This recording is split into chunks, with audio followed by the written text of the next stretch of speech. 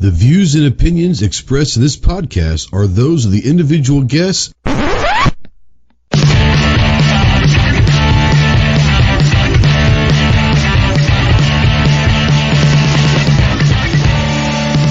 If you're a sensitive snowflake that may get easily offended, then turn this off immediately. If you want to hear the real truth about the gun culture, then stick around. This is the Armed Citizen Podcast.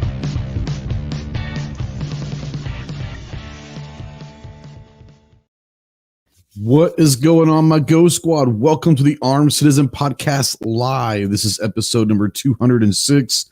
Today is Tuesday. I believe it's August 31st, 2021. We are live as always on YouTube, Facebook, Twitter, all of those crazy platforms. If you're out there live, go ahead and say something. We don't know that you're out there unless you do. If you want to call in, yes, you can call in or text into the show. Go ahead and utilize the Ghost Tactical Hotline presented by our good friends Rod and Shelly Gates over at Aegis Gun Care. That phone number is 530-364-4678. If you're out there and you're a veteran, anyone really, but especially if you're a veteran and you're in that hole and you're struggling to find the light in hell, you're questioning if there is light still out there, please call me, text me, email me 24/7. I cannot give you any medical help at all, but I sure as hell can be probably a pretty good ear if you are looking for someone that can help you. We're going to have some friends on tonight that can definitely help you, but remember two things. One, you are not alone. You have a lot of brothers and sisters out there that are willing to help. And two, the world is a much better place with you in it. So please, please, please utilize the Veteran Crisis Hotline, 1-800-273-8255. Once again, 1-800-273-8255, and press 1 if you're a veteran, the Veteran Crisis Hotline. We are spotlighting, as always, United States Marine Corps. If you have any questions on what it takes to become and earn the title of United States Marine, visit the website, marines.com. And as always, we are a proud member of the Self-Defense Radio Network. It's a great place for like-minded, pro-gun, pro-2A, pro-freedom podcasts all in one place. A lot of your favorite podcasts are already over there. So please check out selfdefenseradio.net. Let's get this off of my ugly mug and bring in some of our cohorts. We've got one that's on his way, but from the great state of Texas, our quasi-co-host for this shindig, he's going down with the ship with us no matter what he says. From the great state of Texas, the tactical leprechaun himself.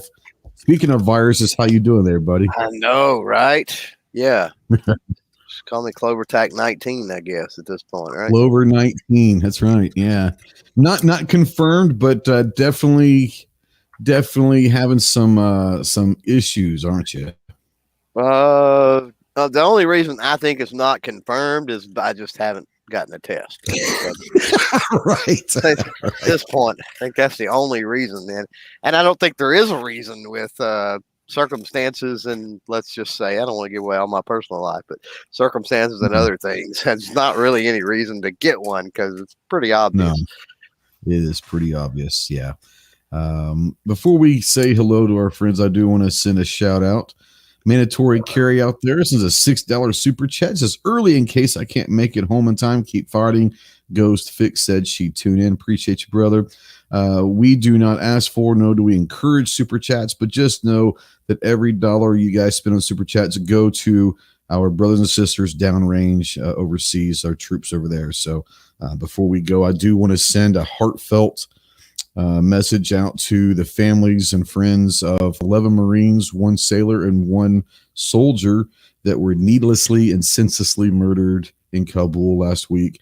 Anyone and everyone that spent time over in Afghanistan, please remember all of your efforts have not gone forgotten by the American public. Thank you for keeping us safe, and we wish you the best. Everyone that has been over there and is questioning that you were doing the right thing, you were pointed and you went, no questions asked. But circumstances have changed, and I don't want anyone over there that's still over there or just gotten back or spent time over there to ever think that you were you've been forgotten. So quick shout out to the families and friends of the victims of political murder that happened in Afghanistan last week. So that being said, let's try to bring it back on some of a happier note. We've got two friends of ours that have been doing. We talked earlier about the Veteran Crisis Hotline, and we do that every week, and we hope people are out there utilizing it. And it's not just for veterans; it's the Suicide Awareness Hotline. But you press 1 is for veterans. But two guys that have been doing a lot of work for a lot of their adult lives, for sure, and bringing a lot of awareness to the mental health side, especially to the firearm side. So from Walk the Talk America, a good friend, Michael Sadini. What's going on, Mike? How you doing? I'm good, man. Muted. Thanks for having me here today. It's been a while. It's been a while. You've been a busy man, as always, doing a lot of good stuff. So it's good to have you back on. And our other homie, he's with Walk the Talk America. He's also with Zephyr Wellness, the man who is the golden child right now. And look at him. He's all clean cut. He looks all nice. He even did his hair. Holy cow. We've got Jake with Discretion. What's going on, Jake? Hey, buddy. I actually have scruff, and I have to comb my hair. You cannot roll out of bed looking like this. No, I have to comb my hair because it hides the gray. I just say to hell with it. I said to hell with it. I'm just rolling with it. I don't care anymore. We all can't look like, Mike, Mr. Supermodel over here and swimsuit model. Yeah. Or was it Bugle Boy? Let's be real. Was it Bugle Boy? Don't lie. Forever 41. Forever 41. New fall fashions. Oh, Lord. Well, I want to kind of jump in, and I know you guys have been doing separately, but also together, been doing some amazing work. And we're talking about mental health and firearms. And this is a subject that we all, the four of us in this room, talk about a lot, and we're trying to get involved in a lot of things. But it is kind of like the redhead stepchild that no one wants to really bring up in the firearms industry because of statistics and because of the stigmas and all of that. And I know it's been a long, hard roll for Walk the Talk, but I know you guys have made a lot of great progress. I want to bring Mike in first, and kind of for people who have been living under a rock for some reason and haven't heard of Walk the Talk, can you kind of tell us real quick where it started, the idea, and kind of where it has evolved to in the last few years? Oh, man. We don't got enough time, but yeah, you started in 2018 off a chance meeting with someone asking just a very deep question. In my opinion, it was just like, hey, if everybody blames the firearms industry after there is a mass shooting and you guys say it's a mental health issue, how does the mental health community and the firearms industry work together to find solutions? And there was no solutions. So I started this organization without really having a clear direction of what I wanted to do. I just wanted to do something. And it's just evolved over the last 3 years to what it is now. And I guess the short answer to what it is now is, regardless of how you feel about firearms, and I think everybody listening around here is just like myself, is pro 2A.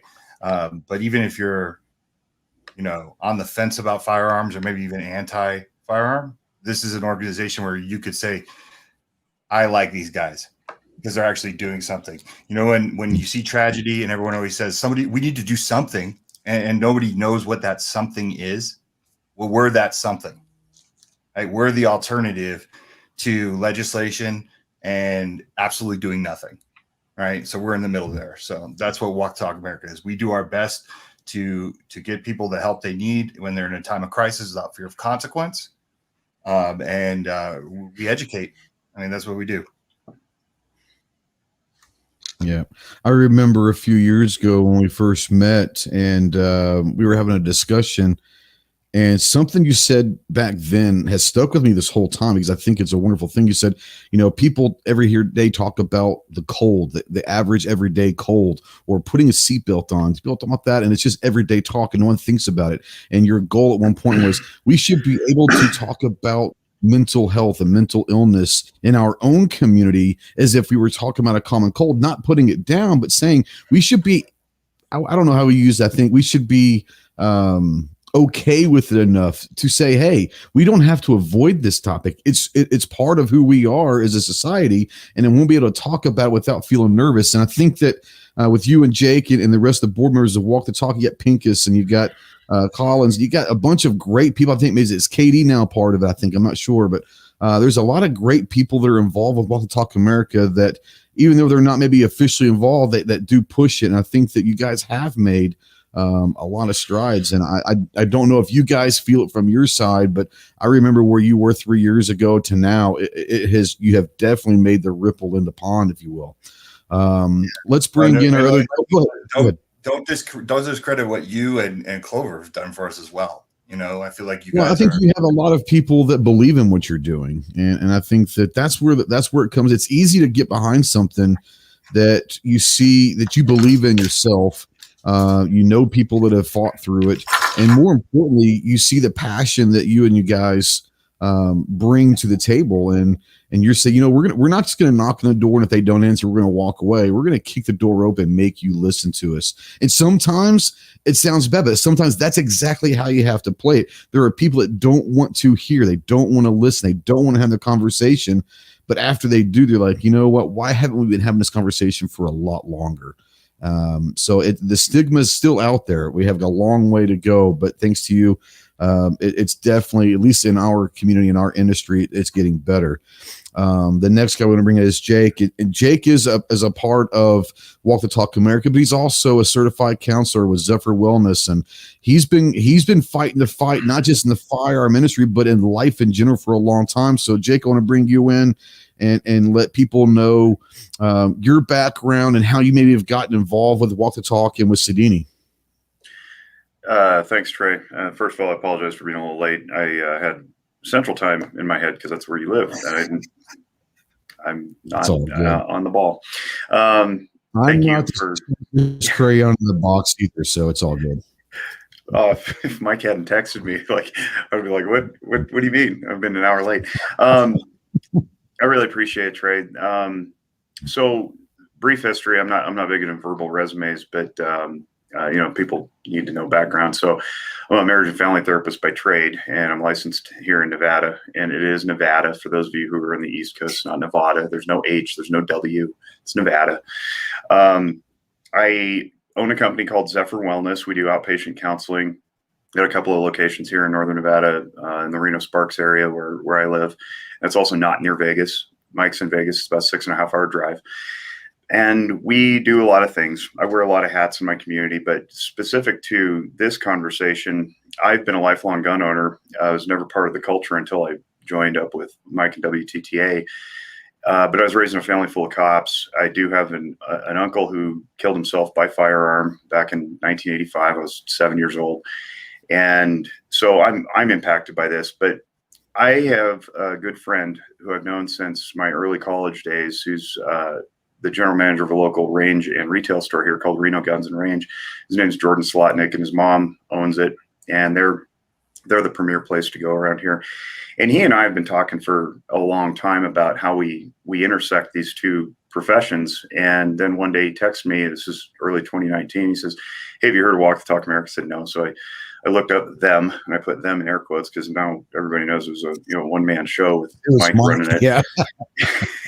So I emailed them, and they wrote back immediately. And why I was emailing them was because I had a podcast, and I still do, called Noggin Notes. It's a mental health podcast to try to get unique and diverse guests. And I thought, what a cool guest this would be on the podcast. So Mike, obliged, and we started talking, and podcast went for about an hour and a half. Then we talked for another couple hours after that, and after that couple hours we were BFFs.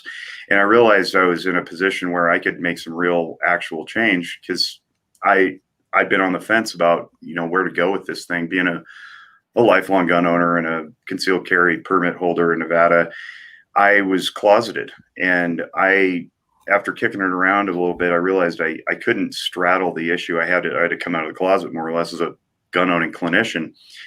And there's some risk involved with that. And that's some of the stigma, is that my own profession, our own people, for as non-judgmental as we like to advertise ourselves to be, are not sometimes. And one of the judgments we have is against gun owners.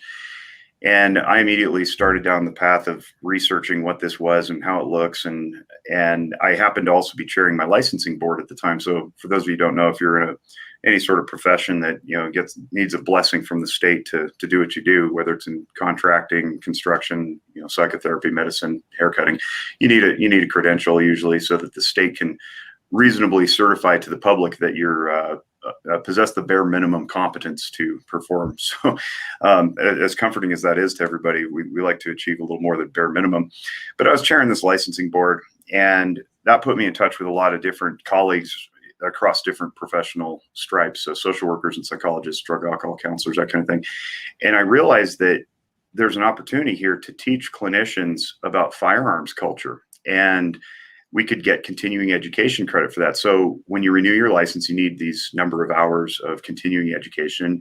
And what's often emphasized is cultural competence. I thought, what a great idea. We could teach cultural competence of firearms communities so that we destigmatize this for the clinicians because, and this is important, in 2017, the Pew Research Group did a poll survey, and they found that about 42% of Americans either own a firearm or live with somebody who does. And I thought, wow, that's half of America. That is half of our clientele. And I think we need to not be ignorant with these folks. And when we're talking about suicidal ideation, particularly with youth who may have access to guns that aren't stored responsibly, we need to be competent in our language and our vocabulary when we work with firearms owning patients. So we set out to do that. But then along the way, I thought, wait a minute, there's two sides of this. As I started getting integrated in the gun culture, like I said, I wasn't a part of the culture until I met these guys. I started going to some shows and so forth. And down in Arizona, I got to meet, you know, KD and Argo and Pincus for the first time and a bunch of other people that were just supremely impactful in my life and have been ever since. And I realized we have to do the other side of that coin. So training clinicians to be competent with firearms owners is met on the other side of that coin with teaching firearms owners not to be afraid of counseling. I think I realized that there was a barrier to care that looked something along the lines of suspicion and uncertainty, thinking that we were going to just pick up a bat phone to the government and tattle on you or call CPS if you're out shooting with your kids and you have anxiety or whatever. And that's just simply not true. And I realized I had to carry that forward and really demystify what counseling is for people. So we invite them in to get treated, get the help they need so they don't go diving into pill bottles or booze bottles or wreck their marriages or, you know, maximum take their own lives. So that's kind of how I came into this. I started authoring some curriculum, and then I realized that, you know, I have a strong role to play. So, you know, get long-winded on this, but nobody's really interested in that, I don't think. Well, that's why you're here. Is I think that you guys are on the front line of, and this is an incredibly important battle for the gun industry, because and both of you brought it up. As soon as there is a mass murder out there, what's the first thing that our side does when they start pulling up statistics? Oh, well, half of those are suicide, and they just discard that as if that doesn't mean anything. Well, we can just take this number because they're just suicides. And if anyone's been around someone or had in their family or life that has committed suicide, you don't just discard that. You don't just say, well, it's just a number. And I think that is a problem that I get why our community and our industry does that, because we want to minimize the effect of those numbers. But you're minimizing lives as well. So I think it's great. Real quick, G-Web's brought up a question out there. He says, are the WTTA guys aware or working with Brooke Cheney from A Great Start Shooting School, who does a suicide prevention Saturday video series? Yeah, we just had Brooke on our podcast, plug for the podcast. It's called Suppress Surprise, Yes. Guns and Mental Health. And we had Brooke on a while back. She's awesome. Absolutely love her and the DC project and all her colleagues. We are huge fans, and we do correspond frequently with her. Absolutely. Mike, I want to bring you back. Before we go, Clover, do you have anything you want to bring in or ask before we move on to the next subject? I was going to talk about, when Mike was talking earlier, kind of talking about the early days and getting started. It's interesting and it's fun to look back now, because since that time, over the last, especially with last year and all the lockdowns, that created a lot of situations for a lot of people, obviously. from losing their jobs to, their businesses to just being cooped up at home with the kids for months and months on end for some people, right? A lot of mental strain and stuff for a lot of different people. Luckily, my kids are grown out of the house. I didn't have that to worry about. Financially, I don't really have, things of that nature to worry about. So I'm blessed in that sense and didn't have those issues. But what was interesting is seeing the amount of people that I heard that utilize Walk the Talk America and services from the website and other things, right? Because it's one of the things where you talk about it. You guys kicked it off. We talked about it. We've started the ball rolling. We continue the conversation. We do all of these things. And it's really cool when, don't get me wrong, it's nice when you can directly help somebody that you see that's in trouble and you tell them to go there. But it's even cooler when somebody tells you that they utilize that service and you're like, really? You're like, and they're like, yeah, you know who I'm talking about? I'm like, I absolutely know who you're talking about. I've known them since like day one, right? And so it's really cool to see how far the organization has come in that way to where you don't have to actively seek that out, right? You don't have to actively seek out those testimonials. You hear them everywhere now. Yeah, I appreciate that, man. It has been fun to watch where this has gone and seeing the impact. One of the really cool things about it, because it's like sometimes I feel like we're in our own echo chamber in the 2A bubble, and we get love from the 2A no matter what, right? Like people, as soon as they figure out that we're not there to take guns and we're looking for these alternative solutions, everyone always comes around. But what's cool is the effect that we've had on everyone outside of the firearms community. Jake and I are going to be doing some consulting work up in Oregon. Like that's one state I would have never believed that would have bought into what we're doing, right? And they're flying us up there, and we're gonna go put in some work and help them and train some trainers and that type of deal. But it's really cool when you see it in these other organizations. We're also going to be going to San Jose State University and speaking in front of a veteran group, but also in front of Students Demand Action, right? So we're not afraid to go talk to anybody, because I think what we're doing is so unique. And, Clover, back to your point, like, when you first start the organization or when you guys had me on your shows, every one of you had me on one of your shows in the beginning. And it's funny because I look back at it now and I realize like there really wasn't an organization. It was more of an idea, right? And it's kind of formed itself into now what it is. So it's very interesting to see where it's gone. I was reading in some of the comments here.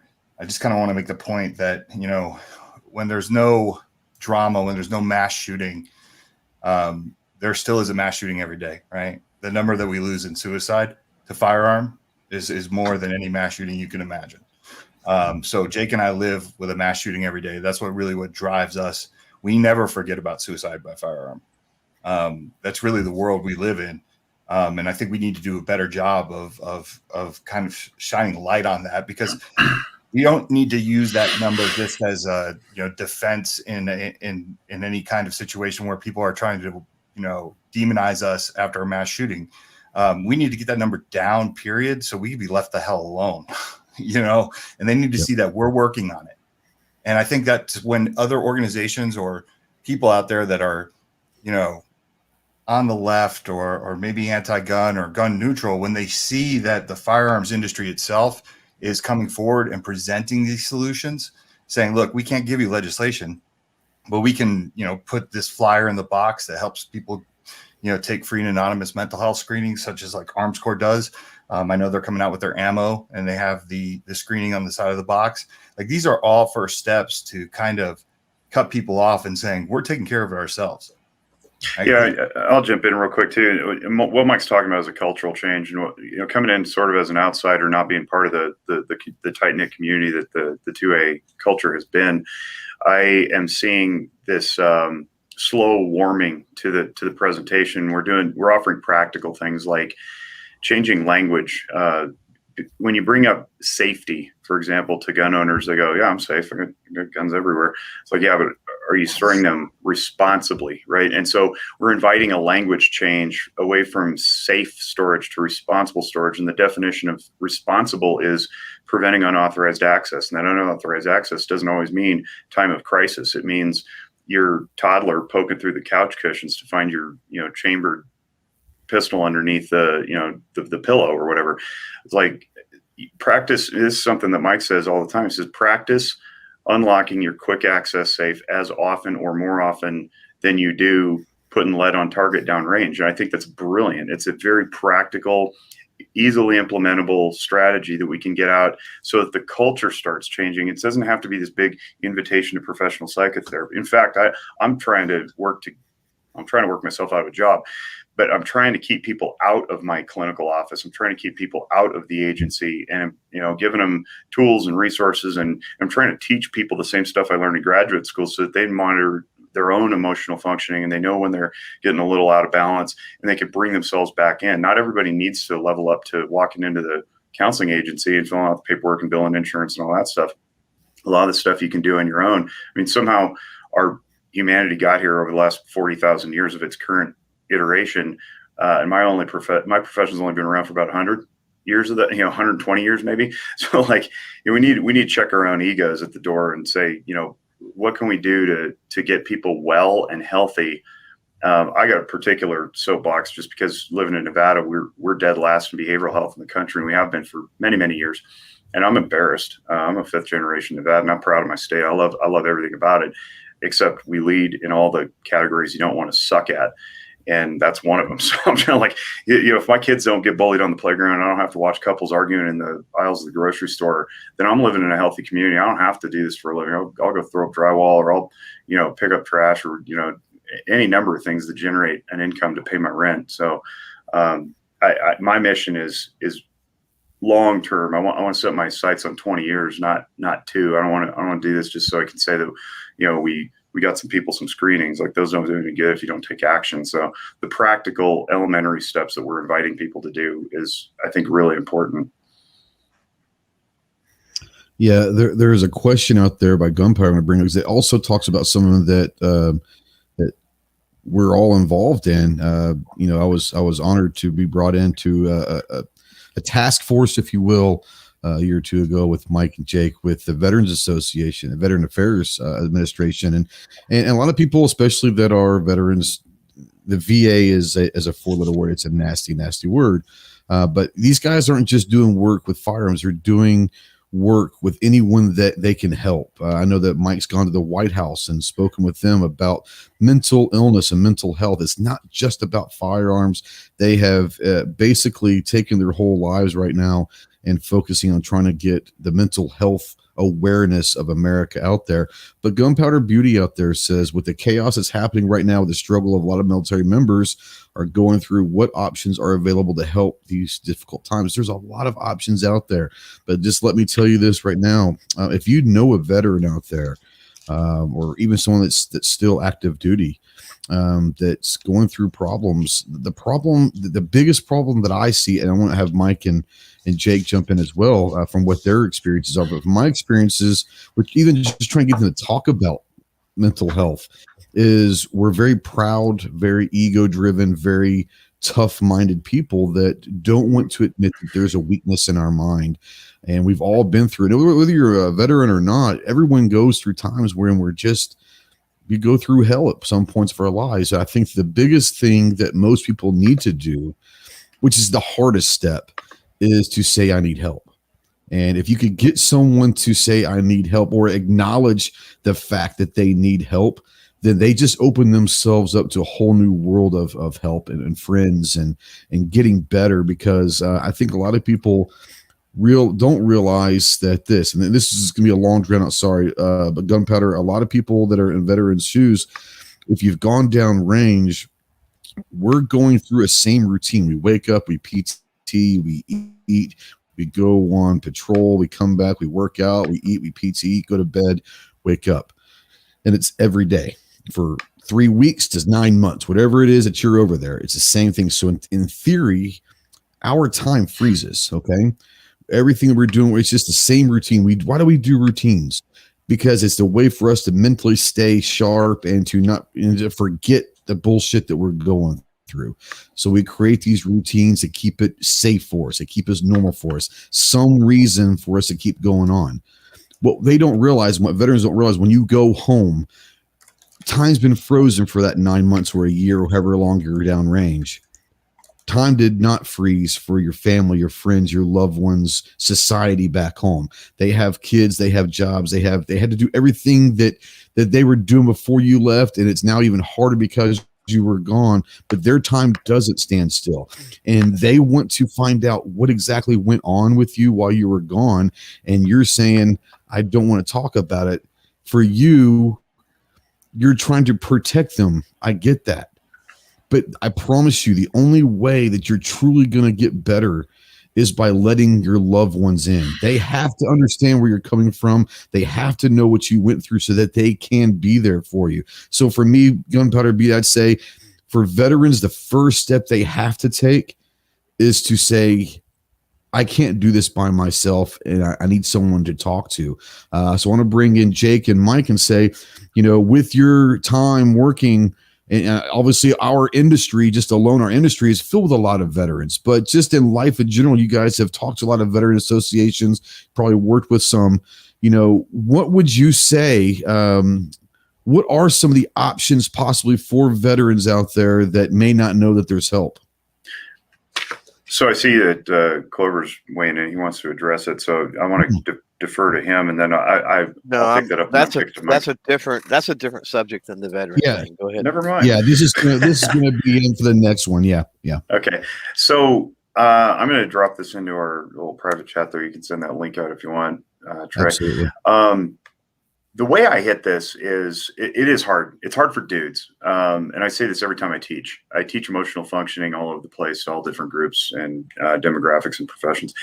And I think that the way in through acknowledging that you're struggling is to start with knowing how your brain operates. So that link there, I'll take you to a series of videos that I did on what emotions are, how they work, and understanding the difference between cognition, which is your thinking, your reason, your logic, and emotion, which is your limbic system. I'm pointing here because that's where your limbic system is in your brain. It's kind of in the middle of the rear section. And when I teach this stuff, what it does is it educates, right? It says, hey, this is actually going on. It's neuroscience. It's a necessary physiological function that your body's telling you to attend to. And when I teach it to dudes, like, they get it. Like, they go, oh, okay, so I don't have to be embarrassed by these feelings that I'm having. And, there's this old trope about, I'm going to go to the counselor and talk about my feelings. And it's like, well, yeah, because it has a neurological basis in needing to navigate the environment.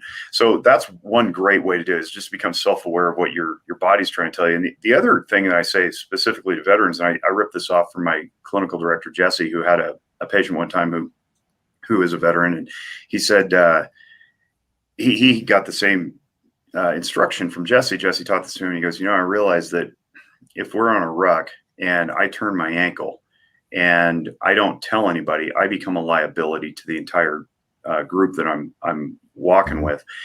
And he says, I have to do the same thing with my own mental needs, my own psychological well-being, my own emotional fitness, if you will. So for him, that was a light bulb moment, and it was a direct analogy to something practical that he had experienced. And we would say the same thing. Like, if you're struggling, you're struggling, you're a little bit off, you're oversleeping, you're drinking too much, you're undersleeping, you're not eating well, attend to it, because before you know it, you will become a liability either to your family, your spouse, your employer, to your employees if you're an employer, and your manager. So it's not just about sucking it up and pushing it down. And one of the things I talk about regularly is you end up, it's not just some woo-woo thing that goes on. Those neurochemicals that pump from your brain, they have to go somewhere. And if you don't dispense of them in an appropriate way, one of those ways is discussion, active talk therapy, or just talking with a friend even. Exercise is another way of moving it through. If you don't attend to those things, they get stuck, and at a cellular level, your body will start to deteriorate. So you end up becoming physiologically ill as well.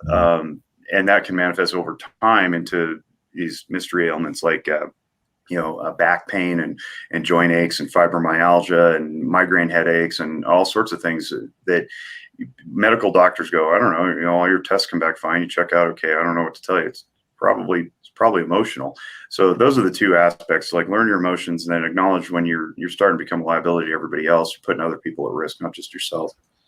There's something that you bring up there, and I think that unfortunately, I think there are a lot of times when, and I'm just going to use a veteran, but anyone that's been through something traumatic in their lives may not even realize that they're drinking too much, they're sleeping too much, or sleeping too little.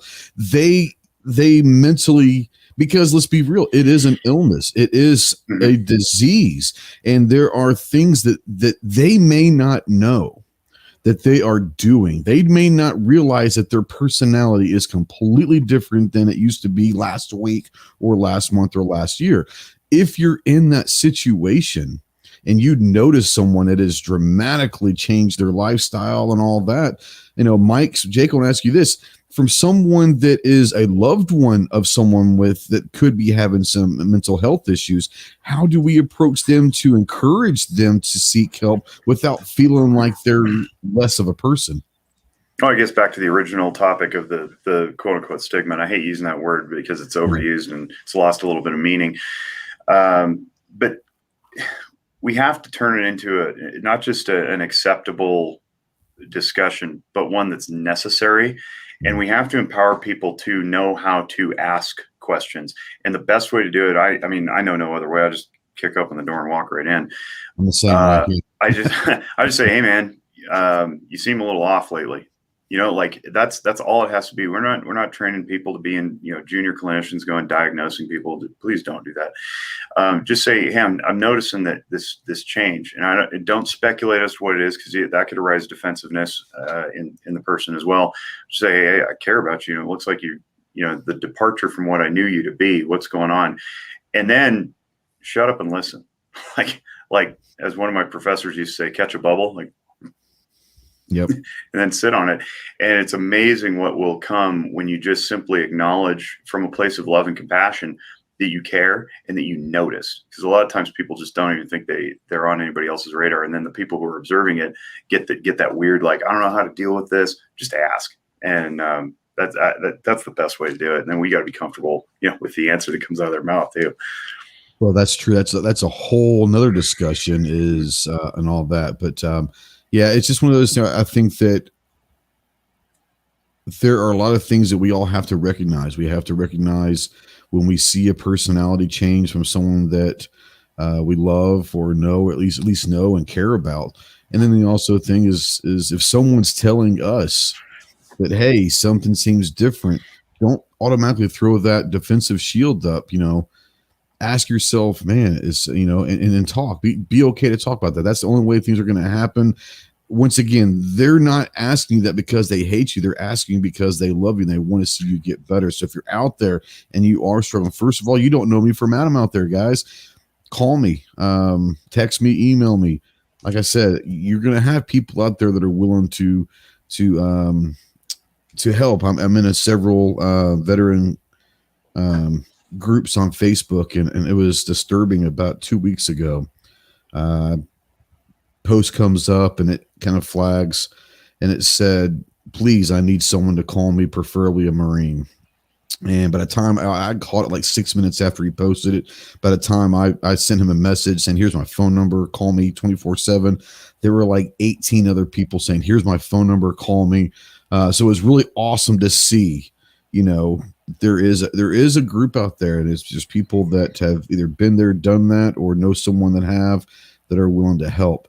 Now, what we were talking about earlier with Clover is Domo Arigato Manga Rabato.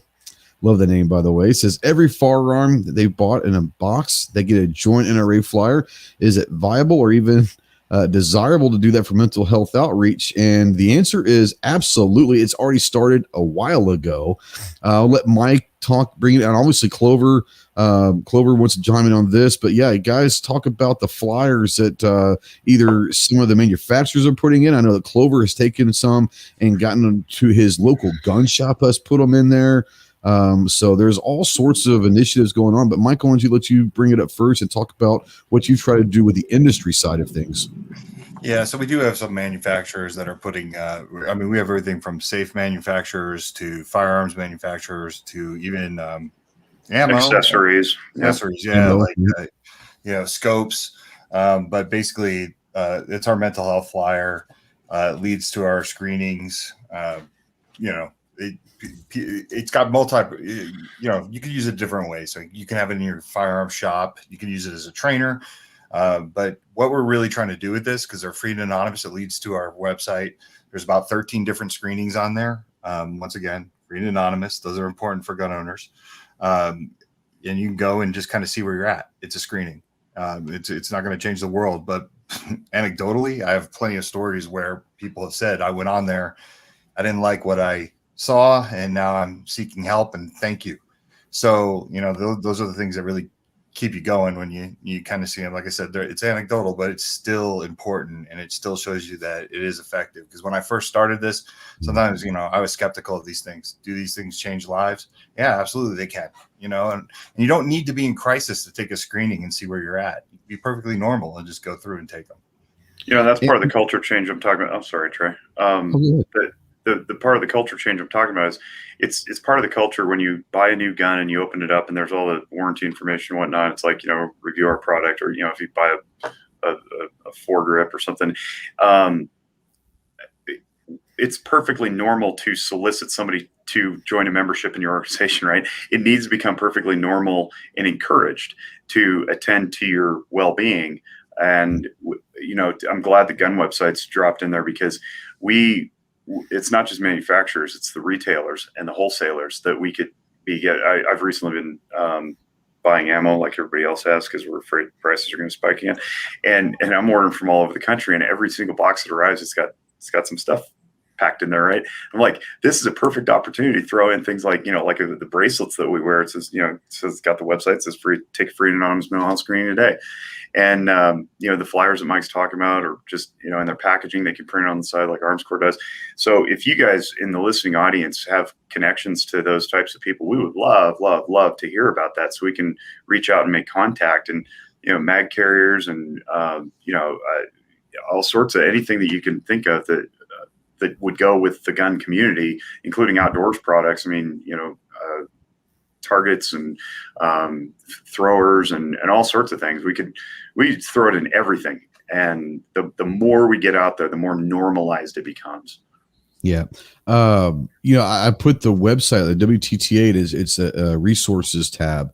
And I printed out the 8.5 by 11, and I take them down to my local gun shop, and I don't put them in the boxes. I don't work there, so that's on them. But I have a stack on the counter, and they put them right there by the cash register. When they buy a gun, they're there. Whether or not people grab her or not, it's up to them, but they're there. And I know that Clover has done some really cool work as well. So I'm going to bring Clover in. And I know he wanted to address this whole thing about what you can do, but you're right. Anyone can print out a flyer or a resource on the website and take it to a retail store or your gun range or whatever.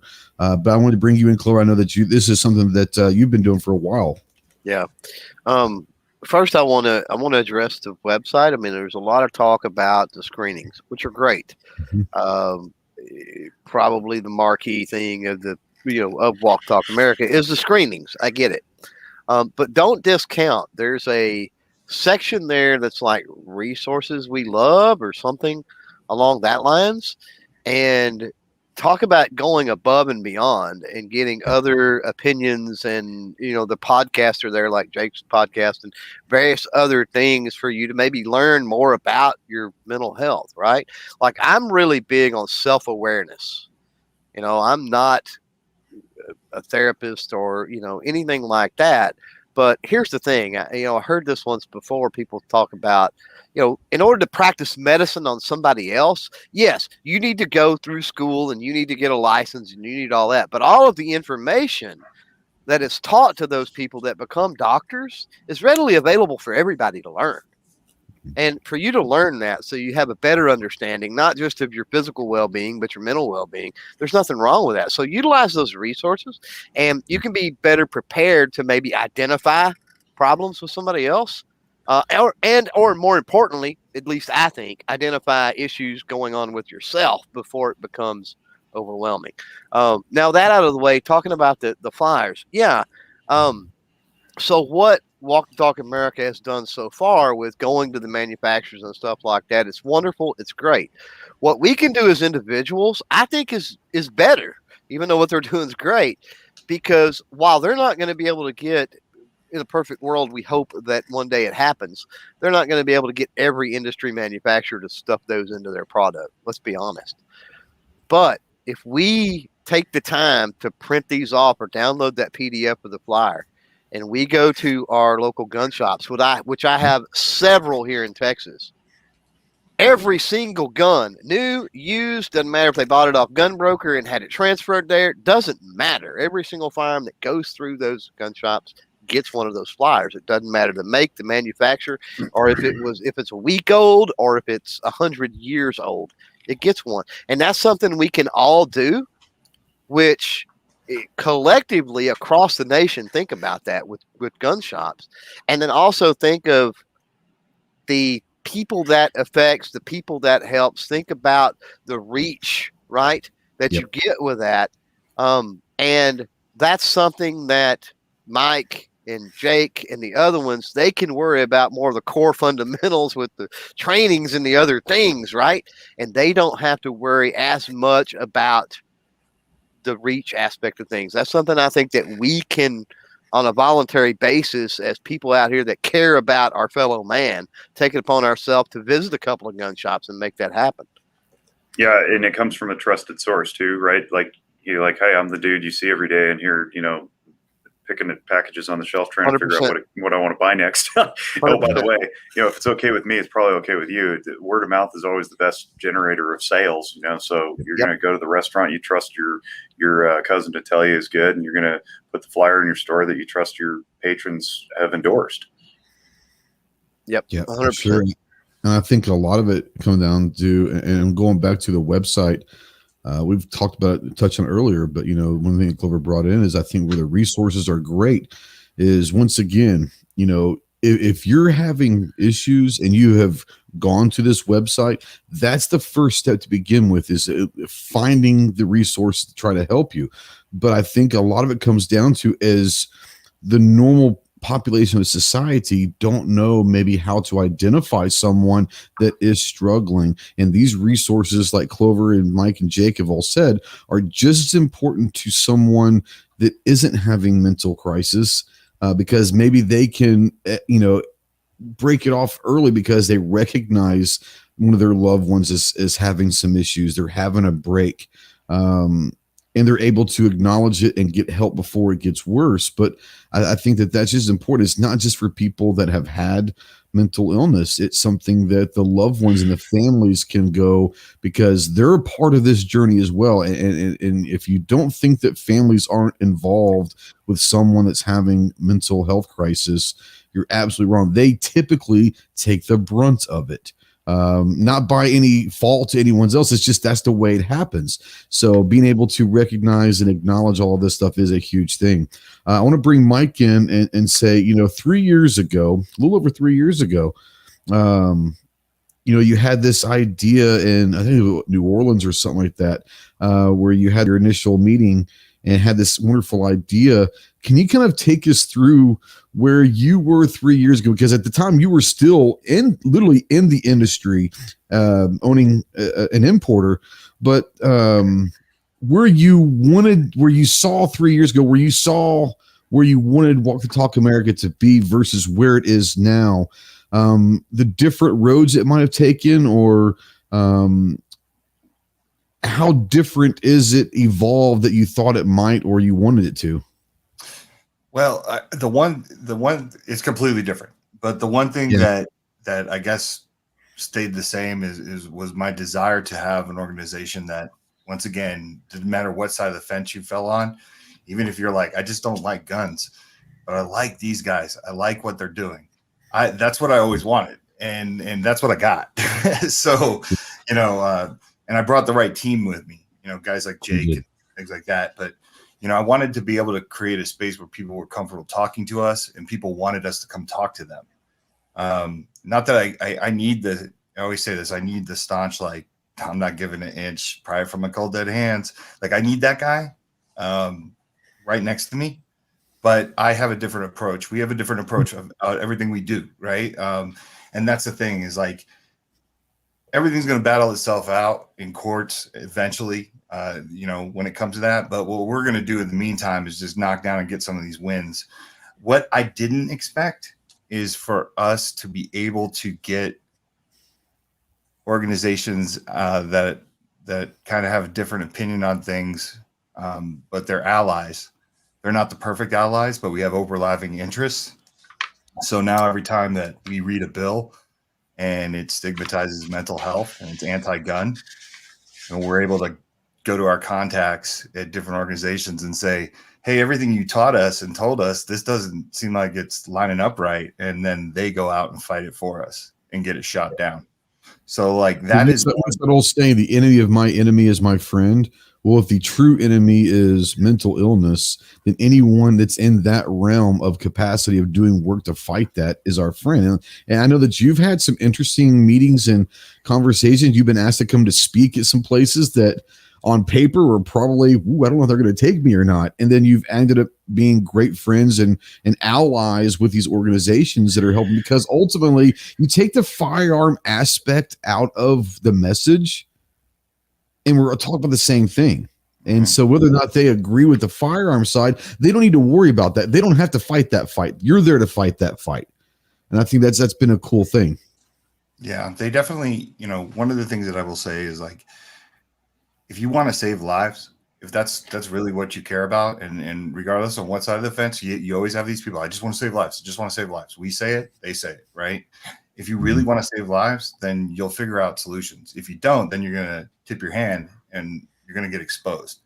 So, everything I do, every conversation I'm in, every group I'm in groups with people that people would have a heart attack if they found out, like, I'm sitting down with these people. But see, here's the thing. We have to sit down, right? Because it's checks and balances. Like if I'm not there at the table when people are saying ridiculous things and I'm able to sit there and take them down. Like I always have this saying, I like to take people into deep water where they're not comfortable swimming, and then I drown them.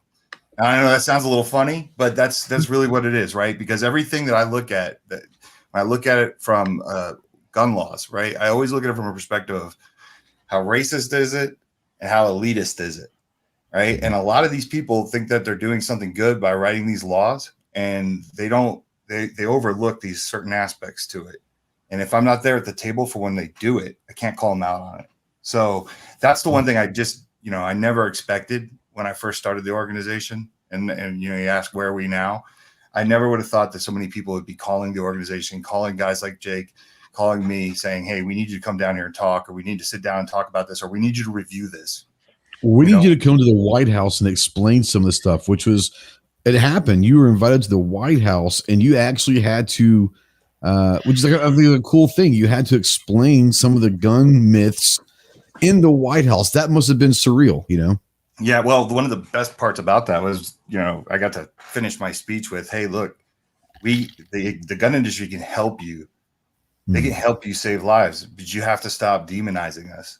Right. We can't be the bad guy anymore in the narrative. We can give you access to things that will get people help and save lives, but you got to stop the way that we frame the firearms industry. And that was the most important thing about the White House. But yeah, that whole experience was insane. Yeah. I got family members that are rolling around in graves. Trust me, I had no business being in the White House. So it was quite the. I remember, Jake, remember that when I first told you, and you're like, you got to go do this. You have to. Absolutely, you have to. I thought you were getting punked. He forwarded me the email, and I was like, I don't know, man. This sounds like fluff. And then, a couple weeks passed, and there he is, like, in the West Wing or wherever you were. Yeah, well, and what came out of that was some great relationships with guys like Dr. Matt. Jay. Yeah, I mean, it's Jay Zimmerman. Jay Zimmerman, yeah, awesome. And the VA still comes back to us. I mean, Jake and I just helped them rewrite their commercial, and Jake did a lot of heavy lifting there on that commercial. And here's the cool thing. Once again, to all the listeners, they are asking people in the firearms industry their opinions on these things now. And that never, ever happened before. They don't want to insult anymore. I went down to the shoot. The commercial was in Pasadena. I went down there, and they must have checked in with me 10 times on things, everything down to the detail of, hey, what kind of box should we use? We don't want to insult people. So like that's something new. From my perspective, I'll add that I never anticipated that I would be teaching gun culture to physicians. So I thought it would always be under the umbrella of this walk the talk thing, whatever. But I've since been getting one-off requests. Bullet Points Project, if nobody's familiar, there's a lot of these like gun violence research groups out there, and they're doing good work. They're researchers. Sometimes not clinicians, and so they don't know the in-office interaction with somebody who's struggling with their marriage or whatever, and how to go about asking a question like, where do you store your firearms? They just fumble and go, do you have any guns in the house? And so I'm getting to teach people how to have a more competent conversation and lead with the presumption that they own guns rather than tiptoeing around with the presumption that they don't. And that's changed so many interactions, but I got to present to Bullet Points, and I did a half-hour webinar. I had a whole bunch of firearms laid out in front of me, borrowed a bunch of stuff, talked about locking devices and responsible storage. I went through different calibers from the smallest to the biggest, showed all this stuff on screen, right? And it was designed for anybody who wants to attend, from attorneys to physicians to whomever. But also the University of Nevada School of Medicine asked me to do a Firearms 101 course where I did the same thing. And then I went through our presentation that we give, and I talked for 2 hours on that. And I was like, when did that happen? When did I become this guy who's teaching doctors about like gun functions? This is crazy. So for me, that's a real blessing. Like I just get to be a conduit through which this information flows. And when I talk in a very non-attached way, and I call the cultures the way that they are. My profession is not perfect. Firearms culture isn't perfect either. And one of the things firearms owners can do better is make themselves available to answer those kinds of invitations that Mike's alluding to. And we do the same thing. We do the judgmentalism too. I'm not going to talk to those people. It's like, those people are your people. And remember, 50% of Americans, because I mean, that was a 2017 poll. I just got to assume it's north of that. And in certain states like mine, it's way north of that. So that crosses all demographics. You're going to be talking to physicians and mental health practitioners and dentists and anybody else who works in any other industry. And you can presume that half your audience is going to be gun owners, and they want to learn about this stuff. And then the other half doesn't. They're just curious because they're like, yeah, I kind of recognize this blind spot and I probably should address it. Don't know how, because nobody offers this kind of thing. Well, guess what? We do. And we might be the only people in America doing it right now. We might be the only people in the world doing it right now. And that's pretty special, So I want to say yes to everything. And I want to come in with some humility and some curiosity, wondering, how people got to their certain worldviews, and then invite them to see it through my lens as I'm being invited to see it through their lens. And hopefully in the middle, we can all gather, and you can keep your opinions. That's fine. But at least you know where they come from now. Right. And instead of being on the fringes, shouting at each other with the screechiness, that's just very off-putting. Well, I think a lot of it comes down to being able to have a conversation with someone that's like-minded. And I think that's huge. Like you said, if you're a physician, whether it's clinical or, a psychiatrist, whatever, and you are at least familiar with firearms, can talk firearms, and you can have that conversation because they feel more comfortable. He's a gun guy. So he's not going to automatically call the police and say, hey, this guy's having issues. We need to come get his guns. He's a gun guy. And I think that's also, I think if more people knew that there were physicians out there that were at least apathetic or empathetic to firearm owners in general, that would be nice to know. And I don't know if this is a thing, but this could be something that happens years down the road. There could be an association of doctors, doctors for gun rights, or, I think there is something out there, but I mean, an organization or a network where people could be wherever they are. And I need to go to a doctor of some sort, and they can go online and say, where's this network at? Is there anyone in my hometown that is a firearm, or at least a 2A doctor, which I think would be kind of cool. Have Doctors Without Borders. This could be a doctors for, 2A doctors or something, but that could be something that would be an opportunity, I think. Yeah, I want to address that, but then I see Gun Loving Grandpa has a couple questions I also want to address because those are super important. I don't know if you want to put those on the screen, but to answer your question, what we're trying to do with the website is create a database, a registry of sorts where clinicians can advertise themselves. And my view of this, my vision for the future is that we have all 50 states and DC represented by licensed practitioners with many credentials of all different types. And then, you could scroll through and find the people in your state who are 2A advocates or 2A friendly or, competent at least. And then you can seek your professional level of help. What I'm sensing is, because we've given our training now, we have a 3-part training. We've done 2 of those parts. The 3rd part's coming up in December. I'm sensing that clinicians, in the same way that I was afraid to come out of the closet, don't want to offend, quote unquote, their peer colleagues, and they don't want to lose their friends or whatever, by tacking up their shingle and saying, yeah, this is who I am, this is who I treat. Like we have all different specialties in my profession, and we have no problem advertising those. But for some reason, when it comes to firearms, we're still skittish about it. And I think it's just a pure judgment, and I hate that. Like I hate it. So I'm trying to fight that the best I can, and hopefully the voice gets augmented a little bit, but I want to tackle a couple of those because the somebody who doesn't want help. And so this happened. Gunlow Grandpa lives about half an hour from me. We shoot the club together a lot. Good friend. Kind of happened with someone that he knew a few months back, and so he's asking, "Can you help somebody who does not want help?" Yes. However, and here's the asterisk: you have to be deferential. You have to meet them where they are. And a great book on meeting somebody where they are is called Walking Through Anger by Christian Conte, Conte. It's about $18 on Amazon. He's a good friend and mentor of mine. He lives in Pennsylvania. But it's less about anger, more about yield theory, which he talks about. It's just meeting somebody where they are.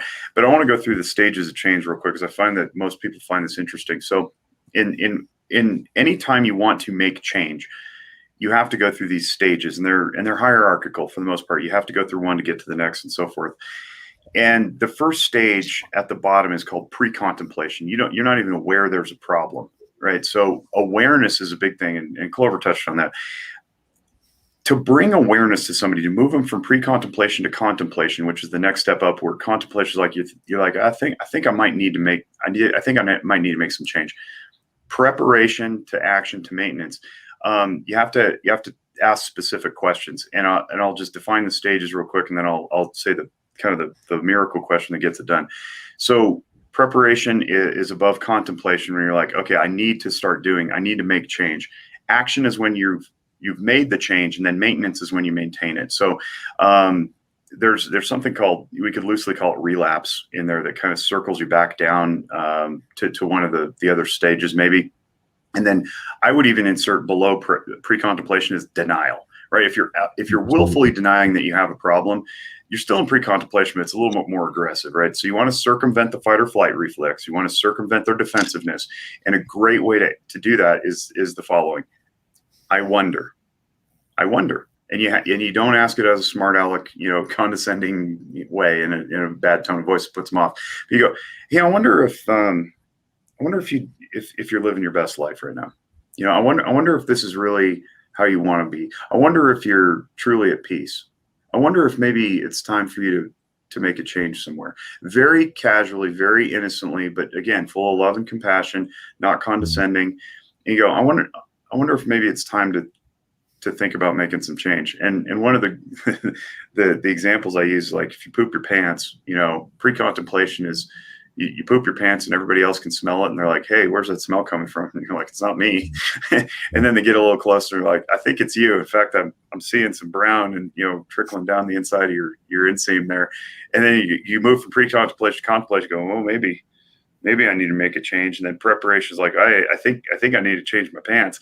And then action is you actively go and like change your drawers.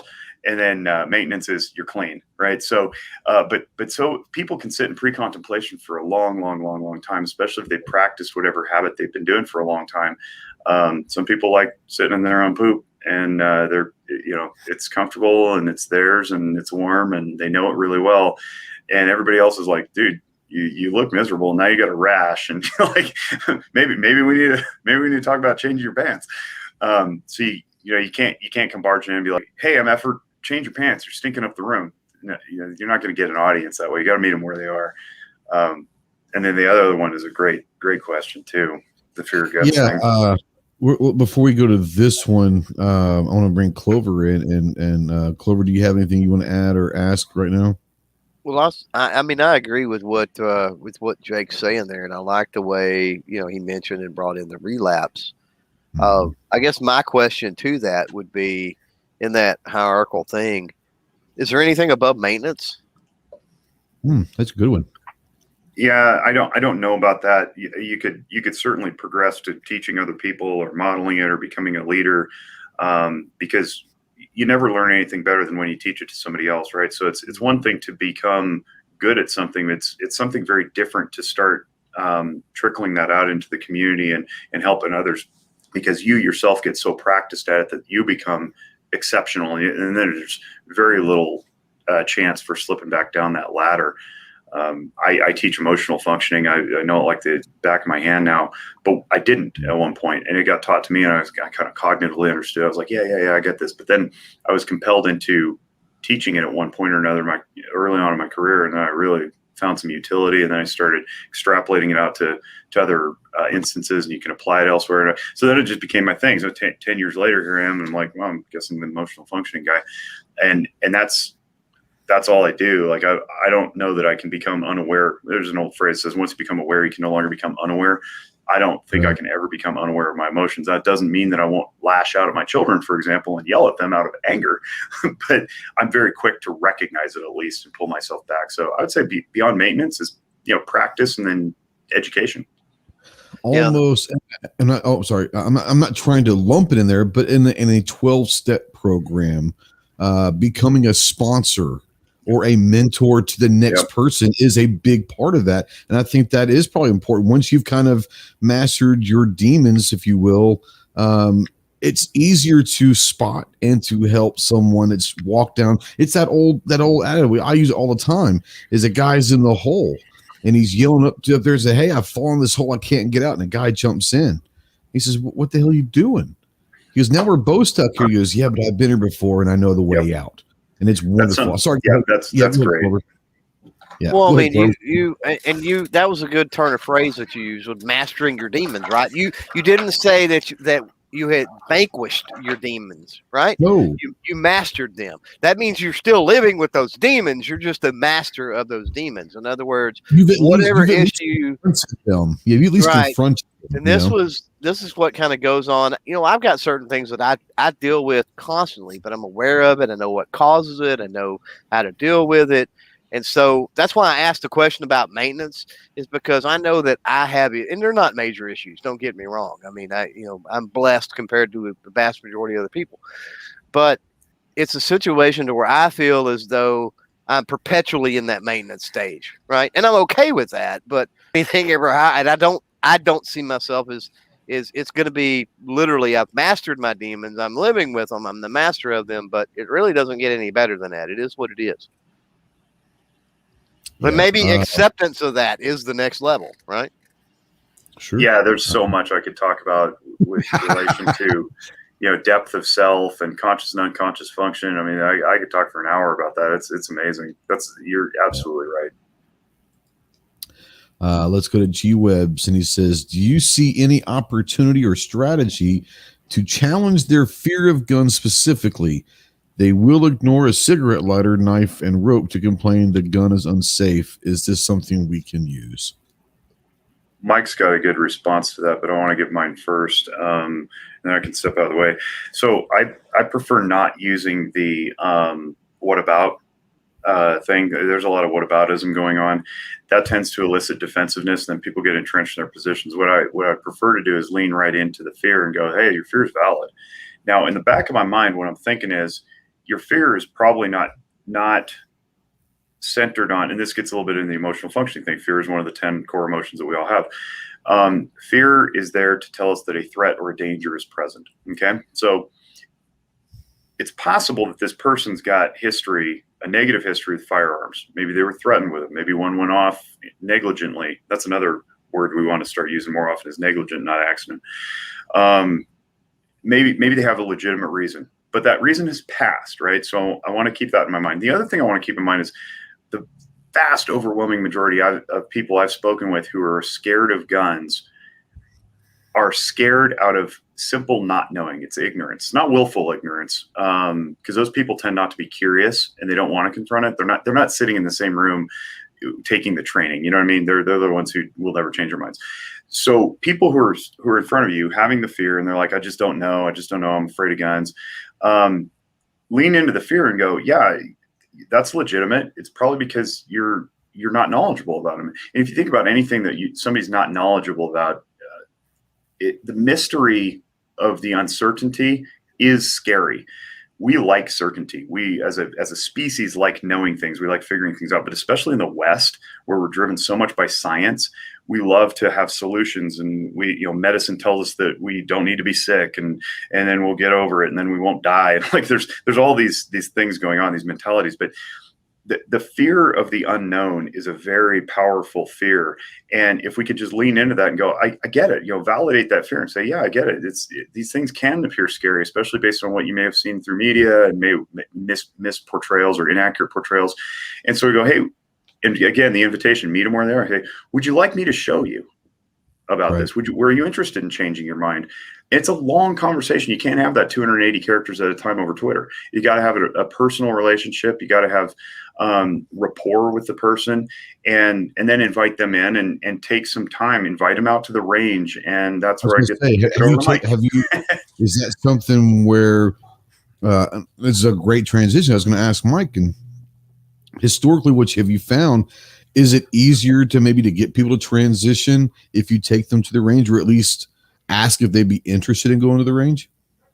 Yeah, I mean, we just had it aired on Fox News in Reno, The Next Stage, right? It's The Next Stage. Yeah, it's a documentary where we actually took somebody out to the desert to shoot firearms. But I don't think you need to even do that, to be honest. I mean, that helps, obviously, if someone's willing to confront their fear of firearms, because we had Connie Ray out there, and she basically, was shaking while Jake was taking her through the process, right? But took a lot of courage on her part. But we just had Dr. Sherry Moloch on the podcast, and that's someone that we didn't have to take to the range, right? I met with her on a monthly call with a bunch of different other organizations. NSSF was one of them, right? All these different organizations.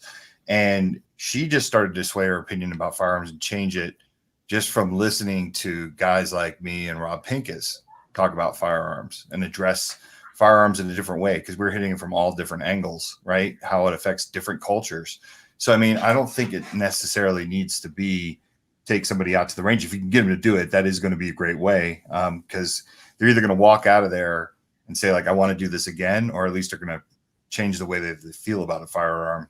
I'm preaching to the choir with this audience, but we all know what it's like the first time you fire a firearm, right? Like, you shoot it and realize how powerful it is, and there comes this understanding, but you also know that you control it, right? You control it, and I think that's very important. Let me ask you this. I think we've all seen darkness in our lives, and I've got family members that have spent months at a time in the bedroom with the lights off and, fighting illness every day. When you see, in your experience, when you see someone that has, I'm not going to say reached the light, but has seen the light or acknowledged that there is a light in that darkness, I've seen it almost overwhelm someone sometimes, almost like a rebirth, if you will. That's got to be pretty powerful to know that you're helping someone that honestly may not have been around a week from now, and maybe change their lives to understand that, hey, it's okay to acknowledge that there's this darkness in your life, and there is a light if you're willing to go look for it. But my question is, I guess it's hard. I've seen it very hard for people, even though they've acknowledged the fact that there's this darkness, that are willing to take that journey, because it's hard work to look for that light. If you're out there and someone that's in your life that is going through that darkness. We've talked about how do we acknowledge it, or how do we see that in loved ones. Once we've gotten to that point where we've acknowledged and we've helped them acknowledge that there's this darkness, at what point do we back off and let them take this journey themselves, or do we try to go along that ride with them? Man, stories upon stories I could relate. There's really two questions in there. One is how do you help somebody see the light? And a lot of them have convinced themselves, or others have convinced them over time, that there isn't a light, and that's not true. If I believed that mental illness was something that was an immutable characterological trait that we could never change, then my profession wouldn't exist, and I'd be out of work, because no one would ever heal, recover, rehabilitate, grow. So I just fundamentally don't believe that it's true that somebody's stuck there forever. So I have to operate from that base first. And then it's my job to, again, the invitation and the desire on behalf of the person I'm speaking with to want to make the change. There's the old joke that says, how many therapists does it take to change a light bulb? And, the answer is one, but the light bulb has to want to change. Actually, I've never heard that, but that's hilarious. Yeah. So, there has to be a desire, even a little twinkling. And sometimes that desire comes through compulsion, when you finally face with the choice, like fix this or lose your job, fix this or lose your wife, fix this or go to prison. And some of the best therapy I've done is through some of that compulsory counseling. Parents are dragging their kid in against as well. I don't think I have a problem. I like getting Fs, whatever it is. And again, you lean into it, you yield to them, and you go, all right, well, it's your choice. Just seems like you're miserable, right? So you start pointing out the things that they know are already true. And if you're bold enough and courageous enough to go there and start calling things as they are, and not tiptoe around and go, you can sit here in the darkness, but it looks like you're pretty miserable, and they know they're miserable, and you've just acknowledged it. It gives them nowhere to go, right? So like, well, now you can see through me. I guess I got to do something about this. So that's one way of acknowledging that. So you're bringing the light to them, and you're saying, hey, look, here's the light. Take it or leave it. There are some consequences for your choices here. And then the other half of that has to do with a matter of personal ethics. And it just so happens I did an ethical video recently about why we get into conflict and we dig our heels in when both sides, quote unquote, or many sides, all believe that they have the best interests of whatever it is that they're doing at heart. And the ethical conflict most of the time is the tension between autonomy, which is respecting a person's ability to choose for themselves, and the justice, meaning act on their behalf. And so you can act on somebody's behalf, and you always stick with them. Don't abandon anybody. But doing it for them is a very different shade of helping, right? If you do it for them, what you've done is you've stolen their autonomy from them. And let's pretend that it's even possible to solve this person's problem for them, right? Let's say you do that. Well, now they haven't learned that they can do it for themselves. You've created dependence, and they're now relying upon you for the next problem that they need to solve. And that's an unhealthy relationship when somebody's dependent upon you to do things that they could normally otherwise do for themselves. And it takes an incredible amount of strength and non-attachment and courage to say, hey, I've walked you this far. Now you have to go through the door. I'm not opening the door for you. I'm definitely not shoving you through it. So I'm just going to stand here. And as long as it takes, I'm here for you. And sometimes that's all it takes, just sitting next to somebody. Like, I'm with you in this. I'm not going to carry your pain for you. I'm not going to pull you out of it, but I'm not going to abandon you. And then eventually they go, yeah, this kind of does suck. I don't want you sitting here either in my misery. So I guess I'll walk through the door. And that's when you can go, all right, you're on your own. And then what we have to do is watch them in their own distress and not try to carry it for them. Because a lot of times we want to jump into somebody's stuff to pull them out of it, not because we see that they're suffering as much as we don't want to watch it. And that's really hard to do. So it takes an incredible amount of self-discipline. Once you've led them to the point where they have all the information, they just need to execute, to let them do it. It's hard, especially with children. Those of you parents, grandparents, even, it's really, really hard not to do stuff for your children. So we always want to protect them from harm. And yet that's how we evolve. It reminds me of a scene in the movie Good Will Hunting, where Robin Williams literally sits there for like 3 straight sessions and doesn't say a word. And like, what do you guys talk about? We haven't talked in 3 hours. Well, why not? Because he has to make the first move. I can't make he's got to make the first move, because without that, he's doing what I'm telling him to do. He's got to want to make this first move, and I thought that's a great thing. Also, you were talking about being alone necessarily in all of that, and it brings up a question that Buck out there says, would you recommend getting a puppy dog to help them? I think that this, and I'm going to let the professional talk about this, and then Mike, you're more than welcome to jump in. But for me, honestly, I think that yes, I think that a lot of the time, at least in my experience and experience that I've been around some of my guys, is the feeling of being alone.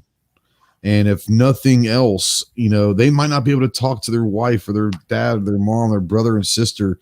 Maybe a little dog, a service dog, they can talk to by themselves, and they know that the dog's not going to talk back. But I would say that anything, get creative. Anything that could possibly help someone, that I think needs to be on the table, and get creative with it. So, Mike, Jake, when it comes to service animals, so I'm not going to talk about dogs, but service animals or anything like that. And I agree with G-Webs. He says that he thinks puppies can cure almost everything. I agree with that statement. I'm a big puppy. I think we all are big puppy lovers here. But, when it comes down to service animals or something that is not a human being that can still make someone feel not alone, I think is a big deal. Do you agree with that? Puppies can also cure the problem of clean carpets. They can cure that problem real quick. And brand new furniture. If you want it rustic and beat up looking, they can definitely take care of that as well.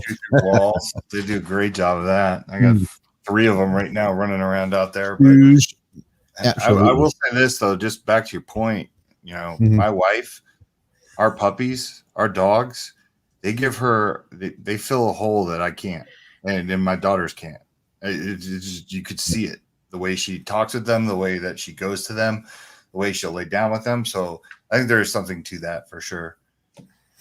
And they love MMA as well. I've been in your living room watching an MMA fight, and they were all about the MMA as well, which is a cool thing. Go ahead. Sorry, Jake.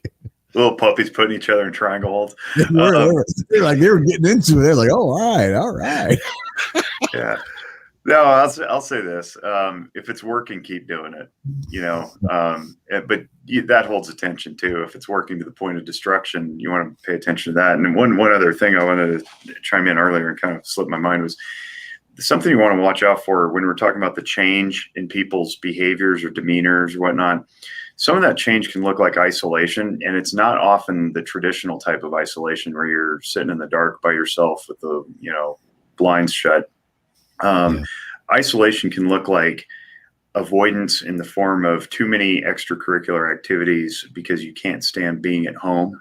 That's one thing, because you're intimidated by your children, or you're not getting along with your spouse, or whatever it is. And that can, on the surface to the public view, it's like, Larry just really loves his softball 7 days a week. He's out there at the complex, swatting balls with his teams. And every other weekend, he's in a tournament out of town. It's like, he just loves softball. It's his thing. It's like, when's he home? So when he's home, is he home? Is he even present? Right. Yeah. He comes home at 8:30 after the kids are in bed, wakes up early to go to work. So that's a form of isolation. I call it avoidance. And what are you avoiding? It could be a number of things, but that's one way that we can identify that somebody has shifted. Now, maybe they've always just had a softball passion, and wife knew it when she married Larry or whatever, and they're cool with that.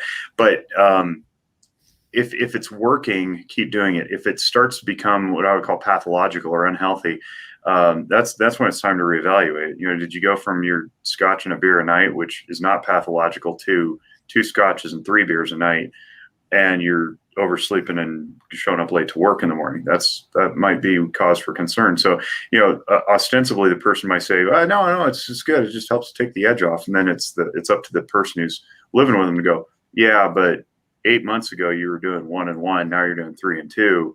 And I noticed that, about 8 months ago, 9 months ago is when you started having friction with your manager at work. It's like, we have to help people put these things together, because the unconscious function of the mind will oftentimes obscure what is very obvious to everybody else, but not to the individual doing it. Man, you're working out a lot. Yeah, getting healthy, working out a lot, getting healthy. Are you eating? Oh no, I'm losing weight. I'm losing weight. That could be a problem too, because they're getting bullied at school or whatever. You know what I mean? So we want to pay attention to those changes that out of the norm that may have a logical justification for them, but it's actually just a rationalization. That's part of the awareness building as well. But if it's working, dude, keep doing it. It's working. Get a puppy. And I think there's something that you can also be in the lookout. That's something I've witnessed in my life is if there's something that habits or things that you've done. I saw that. Thanks, Buck. But if there's let's just say Mary and Larry always went to the grocery store together and they went to the movies and all of a sudden Larry's never takes Mary to the grocery store. He still goes to the grocery store, but it's by himself. Or there's little bitty things. And it might be something as simple as that. Or, used to take the kids to the park on Sunday and he doesn't want to do that anymore. And like you said, isolation doesn't necessarily mean stuck in a dark room, depressed, and depression can show its face in a lot of different ways. And I think that that's one of the things that when most people think and they hear the words mental health, they think one of two or three things. They think like PTSD, I think, is the big elephant in the room, but they think that, bipolar or schizophrenia and all this stuff. And there's so many elements and so many moving parts in the mental health arena that people don't think is mental health. And it's something that is simple as, what you would think is, oh, that's just Joe being Joe. Well, why is Joe being Joe? But I think that you hear, I would say that I'm one of them. When I hear mental health, my mind, just for specific reasons, goes to PTSD. And I think that, and you have the bipolar side of things and depression. All of these things are all part of it. And understand this is the tough thing about these is some of these are illnesses. They are diseases.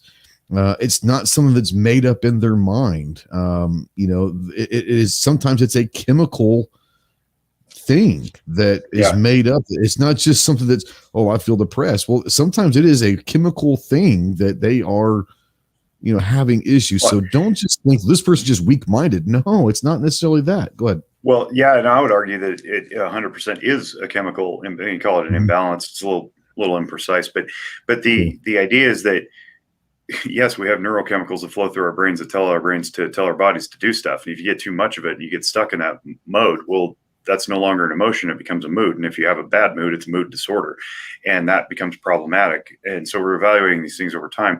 I'm a little cautious about the use of the word disease just because it tends to evoke a physiological condition that can be treated with a different avenue. I don't mind it. I know it's common parlance, but I tend to be a words guy, and diseases are typically left to the biological rather than the mental. But your point is still the same. And one thing I want to throw in there is the anxiety. And these days, anxiety is king. There's so much unrest and chaos and uncertainty in all areas of life right now. And we all have opinions on why and how, but what I want to share is that oftentimes anxiety can masquerade as depression. And I've seen countless instances of people who come into my quarters and looks, walks, talks, acts like depression. Even the prescriber has prescribed antidepressants, which if you have anxiety and you're prescribing antidepressants, that's like absolutely the worst thing you can do. And it's anxiety. And all it takes is a few talented questions to ask. And it sounds like I'm tooting my own horn, but there's a lot of lazy diagnostics going on these days. And what it is you got so much anxiety that you get to the point where you go, why try? It's too overwhelming. There's too much going on. And maybe you're too perfectionist. I see this a lot in children too. They're held to a super high standard. Their perfectionism isn't achievable, and they know that deep within themselves. And so they just kind of slide into something that looks like depression. But really on the inside, they're worried all the time about everything. And the way to get out of that is, again, go to the neurochemical function. Like, what is your fear telling you, right? These are deeper conversations, but I would caution everybody, like, don't just assume that the outward appearance is what it is. Sometimes they masquerade as other things. And when you start down a wrong path, you could cause some real harm. So be aware of your anxieties, be aware of what you're worried about. And I'll take a brief moment to mention this. So that there's a I think it's Stephen Covey. There's a principle of sphere of influence and sphere of concern. Sphere of influence is like golf ball sized. Sphere of concern can be as big as your room. You can be concerned about lots of things. What can you actually do something about, though? And that is much, much, much smaller. So if you can make peace with the uncertainty of COVID and politics and economy and whatever, and then what can you control? That's your sphere of influence. You can control yourself. You can control your responses to environment. You can control how much time you spend doing things like doom scrolling Twitter. Personal testimony. I dealt with that. But even in my own mind, and I'll leave with this, to hand it off to somebody else, I'll testify that even working in this profession, maybe it's kind of a damnable misery, is that I have the level of awareness that I do. And I've got the tens of thousands of hours of clinical practice. Several years ago, I was in the middle of a pretty big shitstorm. Can we cuss on here? Well, I just did. Oh, hell yeah. So there's a lot of poop flying around, and like raining poop and swirls of poop. And anyway, life was not good. And it was because I'd just bitten off more than I could chew with various things. And there was a moment, speaking of the isolation, there was a moment I felt myself snap in the middle of church. And normally I like singing in church, and it's just, I sing poorly, but I like it. And I wasn't singing, I was just thinking about things. And I had this weird break inside my own mind where I was like, man, I am losing it. And I'm supposed to be the one in charge, right? And so we go home after church. My wife's mom happened to be in town because my parents were out of town. She's going to watch the kids visit or whatever. And I'm in the garage, and I just finished cleaning out my home brew. I've cleaned out my beer fridge, and I was repairing some rust stains, and I was spray painting it. So, cover up the rust and rehabilitate the fridge. And I did not need to be doing that. I had like a zillion things I could have been doing. And I'm in the garage, and I'm spray painting, and Heather, my wife, comes out. She goes, "What are you doing?" And I turned over and I went, "I'm avoiding." And I knew it. I knew it. I was avoiding everything on my plate for work, for the extracurriculars I was involved in. I was avoiding the kids. I was avoiding everything. And I knew it. I was so aware of it at the time, but man, I couldn't pull out of it. And it took me a few days, and it was really, really scary. And in that moment of, several moments, it was several hours, but I was like, now I get it. I get why people kill themselves. It was bizarre. I wasn't suicidal myself in that time. I just had this awakening that I went, now I get it. I get how people could see that they're so trapped. And that was not depression. It looked like depression. I was drinking like a fish at the time, but it was anxiety. So, be mindful of that kind of stuff and be honest with yourself. G-Web's great question. Man, he's on the ball tonight.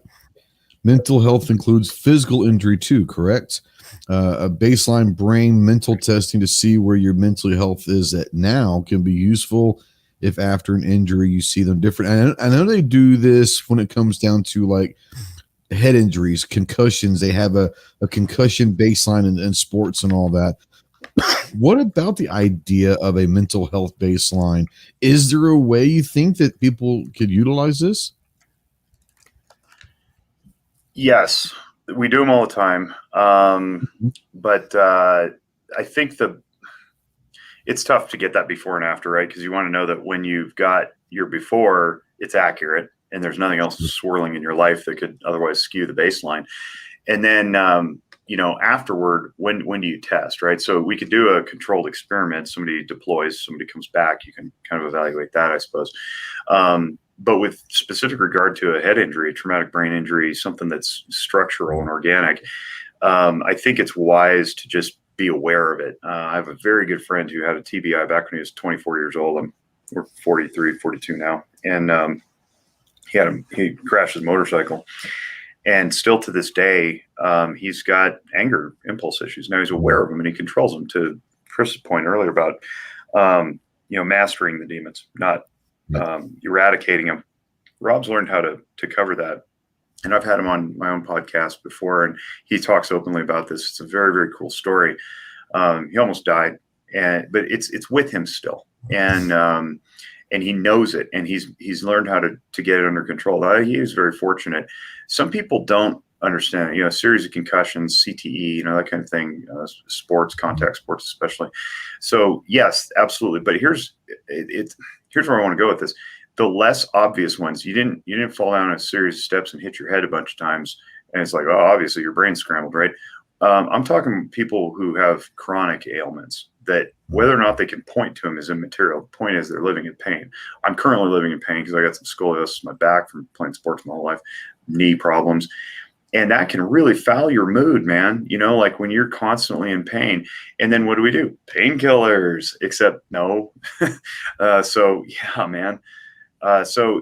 We want to be mindful of that too, because one can absolutely affect the other. I mentioned earlier, you can have some blocked up emotional stuff that'll turn into physiological problems. The reverse is also true, or the inverse, I should say, where you can hurt yourself and it doesn't get well. And then all of a sudden you're not just in a bad mood because you're hurting, but you're contemplating your role in life. It's like, well, I used to be this highly athletic person, or now I can't climb a ladder and put up the Christmas lights. It's like, oh my God, what kind of dad am I when I can't put up Christmas lights for my kid? True story. So that's real. Yeah, absolutely. Yeah, it's there's a lot of things that happen on a daily basis that you would never individually think that could lead to X, Y, Z. But you take A, B, and C, D, E, and F, and collectively they could add up to Z. And I think a lot of it comes down, and Clover makes a great point. It says, sadly, most people bring anxiety onto themselves. We need more education on how the people relax. And I think that a lot of it comes down to if you can laugh and you can cry every day, try to do something that's going to make yourself laugh, whether it's a joke or a movie or something. Showing your mind that you still have emotions. And it sounds crazy. If you've never been around a psychopath, it's interesting. They're masters at faking, but they truly don't have emotions. And that's a scary thought when you realize that person doesn't feel love, doesn't feel anger, doesn't feel anything. I don't ever want to be that way, So if you can make yourself laugh, make yourself cry on a daily basis, at least keep in touch with your emotions, at least you have them, and then relax. One of the things that I try to help, I help younger people, especially veterans. They come home, they're angry. You mentioned anger earlier, and they're angry because no one understands them, or they've seen horrific things, they've done horrific things, and they just and they get mad at every little thing. That should have been gray. Why did you get me a white t-shirt? I like gray t-shirts, whatever sets them off. And I was helping this young man a few months ago, and I told him, I just understand why I'm angry all the time. And I said, I give myself one good fight a day. One. And every time I feel like myself is just getting riled up, I'll ask myself, is this the fight that I want to go with today? And 99% of the time it's not, and there are days that I don't fight at all, but I give myself legitimately one fight a day. But every time something happens, is this the fight that I want to fight today? And if the answer is no, then you gotta let it go. And that's something that I'm not saying that helps, but it is what it is. Now Clover says he's got a good story to bring up, so I want to bring Clover in. What you got here, homie? Yeah, you talk about the anger thing, and this is something that and my wife knows it's true. I mean, I'm blessed to have my wife, and her and I are vastly different, but then we're there's core similarities, right, to us. And one of the things that's always worked for us is from a marital standpoint, and particularly with anger issues, and Ghost can attest to this, is we fight like cats and dogs, intentionally getting on each other's nerves about the most benign, small, stupid things. And then when the big things come along, all that's out of our system. We keep all of that out of our system with the crap that does not matter. And Ghost can attest to it. Mike might even can, that we bickered and fought about just some stupid stuff. Well, and outside looking in, people see that and they go, man, those two, how can they possibly be happy? And it's like, well, it's because It works. We expend the energy on the stupid stuff, right? And to an extent, we enjoy it because it's stupid stuff. It's nothing that's detrimental to the marriage, right? And Clover has witnessed my wife and I slowly do that because we're both very, how do I put this, prideful people. We're both A personalities, and we bicker a lot. But we're both exact same to where 5 minutes later, once we get it off our chest, it's over. We move on, never brought up again. So in a way, it may not be healthy, but for us, it works because we know that we were comfortable enough with ourselves that we can get it off our chest to each other. And 5 minutes later, it's like nothing ever happened. And so I don't know if that's a good thing or not, but it works for us, you know? I can't stress enough the emotional functioning link. If I can invite everybody to watch that, I think you'll find it incredibly instructional and applicable to your life. And I just really strongly stress that. And the book, the Walking Through Anger that I mentioned, it's incredibly useful. Yeah. This has been an amazing conversation. It has gotten to the point where I think that a lot of people don't necessarily want to hear this conversation yet. I know that's something that Mike and Jake are working hard. We're all trying to work hard on making this a conversation that can be had normally without anxiety or fear of what the conversation is. We still got a long way to go. It's not going to happen overnight, but I want to thank you guys to have some fun. Before we go do our closing and let you guys plug, we do some polls every week, and they're kind of fun little polls. And I want to go over some of the results, but ask you the questions too, Mike and Jake. These are from last week. And I know Mike will have a very definite answer for this, and he'll feel strongly about one of these answers. But the first question is the best. This is of these choices that I give you. We've got 516 people that voted.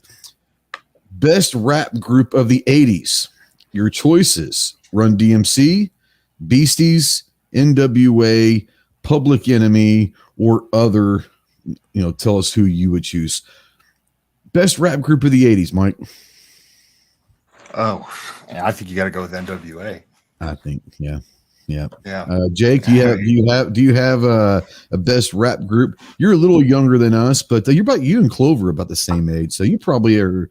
You still remember the rap, the late 80s, early 90s rap scene that was so good. Yeah, my problem is I didn't get into rap until the 90s, and then I didn't look backward too much because I started playing music for my fraternity and fraternity parties in college, which was the mid 90s, and they didn't want to listen to the old school. Yeah. NWA probably simply because most of those artists struck off in their own, had their own prolific careers. So as far as impact across the industry, I'd go with NWA, but the Beastie Boys were so unique.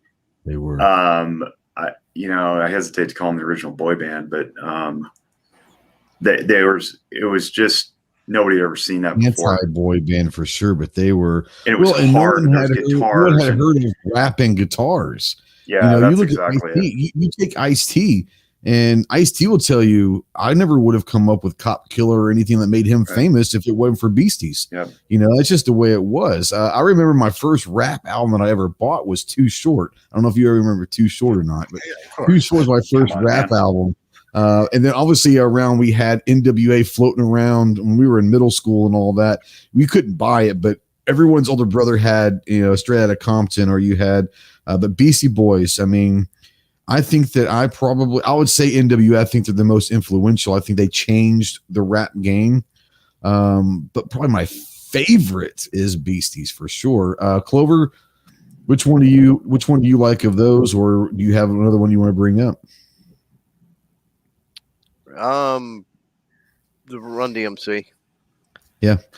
Yeah, Run DMC was a good one. So with 516 votes, NWA is leading the way with 44%, Beastie Boys with 25%, DMC with 18%, Public Enemy with 9%, and a lot of them were 4% with the other.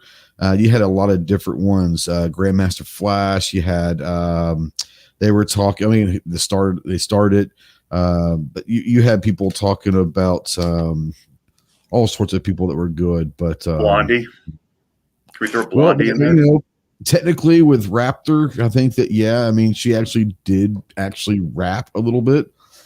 Was it Raptor or Rapture or whatever it was? But Rapture. It was fine as hell too, though. That helps. Did I say that out loud? Okay. The next question. All right. How do you eat Oreos? Plain with no milk, just a cookie. Dunk it in milk. Lick the frosting off first, or the sacrilege. I don't like Oreos. Jake, we'll go with you first. How do you eat Oreos? And if you say you don't like Oreos, then just go ahead and leave now. Just saying. No, not at all. It's tough because they almost only come out on a camping trip, and so I don't have milk on a camping trip. So, True. But irrespective of that, I open it, I peel off the frosting, I put the cookie back together, I dip the cookie, and I do it again. But I don't eat the frosting until the end, until I have 4 or 5 of them stacked up, and then I slip into a pancreatic coma. You have taken it to a whole new level, and I'll put it to you this way. You, my sir, had just been the Jedi master of Oreos, because I never thought about when I used to lick the frosting up and I ate it immediately. I didn't ever think about taking it, putting it to the side, and stacking it up. That's genius. I also peel the OCD. I'm not real sure. I peel the top off my Hostess cupcakes and set the chocolate top aside. The same way. Yeah, in the same way. And then I tear it and I lick the cream inside, and then I start dipping. Oh yeah, I'm weird when it comes to stuff like that. No doubt. Mike, what about you and Oreos? Yeah, I went right for the frosting, man. Or cream in the middle. You know what I mean? Now here's a question: did you eat the cookies later, or did you just toss them to the side? No, I would eat the cookies after, but I always killed that middle first. And then when I got the double stuff, I remember like, perfect to give you more, you know. Yeah, I when I was a kid. Now I just dunk them and I eat them. But when I was a kid, I would take it off. I eat the frosting, and I always put the cookies back. And most of the time, I forgot to eat the cookies. Like I'd have 1 or 2 of them, but then I'd have this my friends or my mom or dad or whatever that open them up, and they're like, "What the hell? What are these just cookies in here?" All the frosting goes. Like, oh, that's my bad. You know, it's like, don't put it back into the wrapper. And I was like, that's my bad. You know, but yeah, now I just dunk them. Clover, what about you? I'm weird. Oreos are gross. Ooh, get out. Clover out. Get out. Is he a communist? You son of a bitch. Yeah. You son of a bitch. If they're not Top Gun, if they're not lemon or birthday cake, I don't want them. lemon is good. I mean, they're good, but I mean, okay. Now you've just shot this whole thing to hell. So thanks, Clover. Appreciate you. You asked. All right. I did ask. I shouldn't have. I know better not to ask you sometimes, but all right. The last one, I always put kind of a gun. Theirs are funny, but there's some gun stuff. What is the best reason a gun is better than a spouse? The first one is a gun doesn't ask, does this new scope make me look fat? Answer 2 is you can buy a silencer for a gun. Answer 3 is you can trade an old 44 for a new 22. Answer, we'll say D is your primary gun doesn't mind if you keep another for backup. And letter E is your gun will stay with you even if you run out of ammo. So, yeah. I don't know if you guys want to be on record and on live video answering this, but hypothetically, if someone were to ask you this. So who in their right mind would trade a 44 for a 22? Come on, man. That was my question. Come on. Yeah, I would say maybe Hugh Hefner in his hat. I guess we're talking age, not measurements, though. I'm thinking measurements, right? Well, measurements, that's, hey, you know, some people like the athletic thin look. Just saying, you know, but that's what it is. Well, 40, I mean, yeah. in that defense, I mean, 44s don't typically come with 110 round drum mags that you can slap into them. This is true. This is true. E for me, by the way. What is it? E. Oh yeah, your gun will stay with you when E. you run out of ammo. Because, vasectomies and all. Well, see, I look at it and I get what you're saying, but when I wrote this, I didn't think of the ammo being like that. I'm thinking ammo being money. Like a gun will stay with you if you run out of ammo. A woman may not stay with you if you're out of money. I'm just saying. I'm not saying that it happens, but hypothetically, there have been women known to do that. Didn't 50 Cent talk about that in 21 Questions? Something like that. Luckily for my wife, she would marry me when I was making $12,000 a year in the Marine Corps. So it is what it is. Yeah, but that was like 1963 money. Yeah. She knew me when I had zero money, and all that. But no, it was just back in 63. Back in 63. There's a song about that, I believe. Anyway, so yeah. Huh? Is it summer of 69? No, it was I want to say it was Jackson Brown. That was 1963. Yes. No, you're right. Running on empty. I'm thinking there was something about 1960. I was 17 in 1963 or something like that, and running on empty. Maybe not been Jackson Brown, but I don't know. Like I said, What a Night. You're thinking about What a Night. Yeah, that was What a Night. That's the Four Seasons. That was a pretty good one. All right. Anyways, what the hell? We can go down that rabbit hole. Back in 63. Yeah, I want to say there was a Jackson, like running on empty was, I was 17 back in 63 or something like that. I don't remember. Anyways, whatever. Okay. People, hey, we're in the. Maybe it's us, Mike. Maybe it's us. We only bring the clunky things to other people's shows now. Our podcast is either clunky in the beginning, clunky at the end, or both. There's always a moment. Now we've ruined somebody else's show. You believe that? Well, see, I usually it's sad. I usually have this segment early, like right in the beginning, because at that point, like the whole show's shot. And I did it at the end this time because I wanted to have the conversation we had tonight and then go with the shit shooting and all of that. But I figured if we did it tonight, it starts to show off at a really bad precedent. And I really wanted to talk what we talked about tonight, so I did it. I did it last, but we typically start with it because I might have 2 or 3 topics that I want to talk about, and then once this starts, 2 hours later, we haven't touched the first one because it's taking us down rabbit holes we never thought we are going to go down to. Still trying to figure out how old you were in the song that you heard 2 hours in. Well, I'm yeah, exactly. I'm not that. I'm 46, so I'm not that much older than you are. But you're 42, 43. I think Clover's about that same age. I think Mike's a bit older than us. I'm 45. You're only 40. I'm the oldest one. Okay. First of all, I thought you were like 47. I thought you were like a year older than me. You're a year younger than me. Yeah. No, I'll be in October. I'll be 46. Oh, fantastic. But I look a hard 49, and I think that's what threw you off. Well, I think we all look hard. I think we've all been through enough. Jake came in before the show. He goes, "I brushed my hair because of my gray, dude."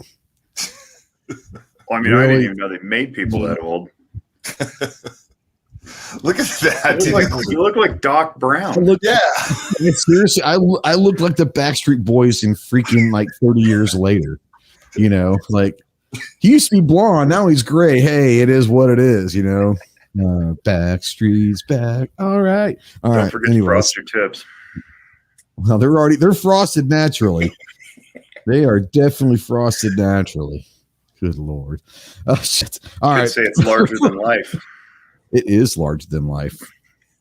It is. God, stop. All right. Before we get going down some serious rabbit holes, I'll keep these guys on for a lot longer. We've got some time. Jake, I want to bring you in first and tell people where they can find you. While you're doing that, I'm going to be putting the Zephyr Wellness website out there.